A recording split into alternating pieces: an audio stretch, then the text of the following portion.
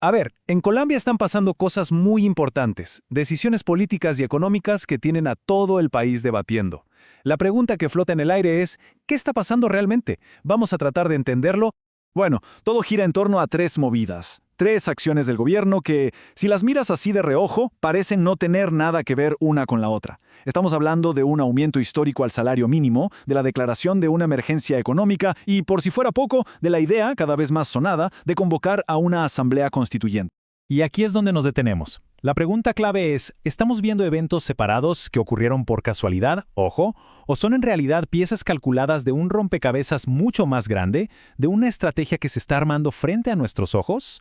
Vamos a desentrañar esto. Y para tratar de entender una de las teorías más, digamos, polémicas que andan circulando, vamos a ver la perspectiva del exfiscal general Néstor Humberto Martínez.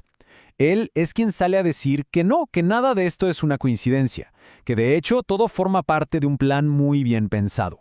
Y miren, esta es su tesis central, así con sus propias palabras. Es una afirmación fuertísima, ¿no?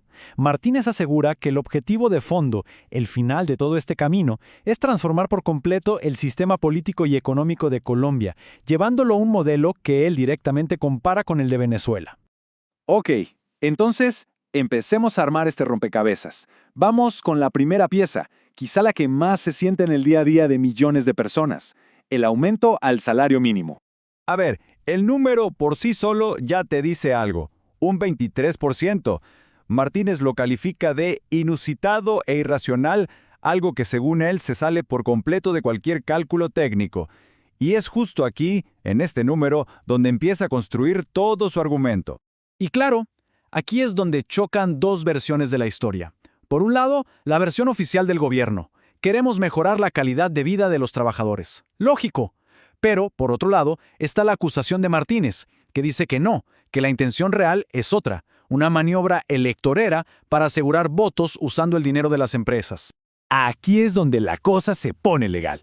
La crítica de Martínez se centra en un concepto clave, desviación de poder. ¿Qué significa esto en palabras simples?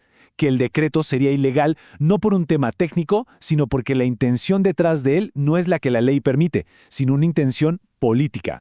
Y aquí está el giro de la estrategia, según Martínez. Es como una jugada maestra, porque el gobierno se beneficia pase lo que pase. Si las Cortes dejan el decreto en firme, perfecto, se gana apoyo popular. Pero si lo tumban, que es lo que él cree que va a pasar, entonces el gobierno puede salir a decir que es víctima de un bloqueo institucional, un gana-gana político. Bien, pasemos a la segunda pieza de este tablero, la que tiene que ver con el decreto de emergencia económica. O sea, usar poderes especiales para crear leyes y, en la práctica, pasar por encima del Congreso. A ver, para que se entienda bien, para poder declarar una emergencia económica, la Constitución en Colombia es súper clara. Pide algo llamado hecho sobreviniente.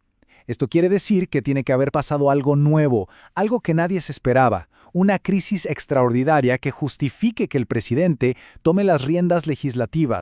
Entonces, ¿qué dice Martínez? Pues que ese hecho sobreviniente simplemente no existió, que el hueco fiscal ya se conocía desde hace tiempo, no fue ninguna sorpresa, y que de hecho el Congreso ya había debatido y decidido no crear más impuestos. Por lo tanto, usar la emergencia sería, según él, una forma de desconocer la decisión del Poder Legislativo. Y uno de los puntos más calientes de ese decreto es el impuesto al patrimonio, que llega al 5%. Martínez lo llama confiscatorio, una palabra durísima, y dice que no hay un impuesto así en ninguna parte del mundo. Sugiere que está diseñado para crear un discurso en contra de los más ricos. Pero la cosa no para ahí, ¿eh? El decreto también apunta a otros sectores muy específicos, el petróleo, el carbón y la banca. Al sector bancario, por ejemplo, le suben los impuestos a un nivel que, en la práctica, llega al 50%. Martínez lo ve como una persecución directa. Ok, ya vimos las piezas por separado, el alza salarial, el decreto de emergencia, ahora es momento de unirlas, de ver el cuadro completo que nos pinta Néstor Humberto Martínez como la verdadera estrategia que hay detrás de todo. Y aquí está, paso a paso, el corazón de su teoría. Es una especie de hoja de ruta. Primero, se lanzan decretos polémicos que él considera ilegales a propósito. Segundo, se cuenta con que las Cortes los van a tumbar. Tercero, se usa esa decisión de las Cortes para decir no se están bloqueando, no nos dejan gobernar. Cuarto, con esa narrativa de víctima se convoca a la gente a las calles. Y el paso final, el quinto, usar esa presión en las calles para decir que la única solución es una asamblea constituyente que cambie todas las reglas del juego. Esta frase de Martínez lo resume todo. Para él, nada de esto es casualidad. No son políticas para solucionar problemas, son fichas en un tablero de ajedrez. Movimientos provocadores con un solo objetivo: calentar la calle, generar la movilización que, según él, el presidente necesita para su siguiente jugada. Y entonces, ¿cuál es el objetivo final de toda esta movida? Según Martínez, es nada menos que la transformación total del Estado. Pasar de un modelo de libre empresa a uno donde el Estado es el que controla y provee todo: la salud, la educación, los servicios, y donde la gente, para recibir esos bienes, debe serle leal al régimen. Frente a este escenario que él describe como, bastante alarmante, la pregunta es, ¿hay algún freno? Martínez cree que sí, y apunta a una institución clave como la última barrera de contención. Toda la confianza, según su análisis, recae en la independencia de la justicia.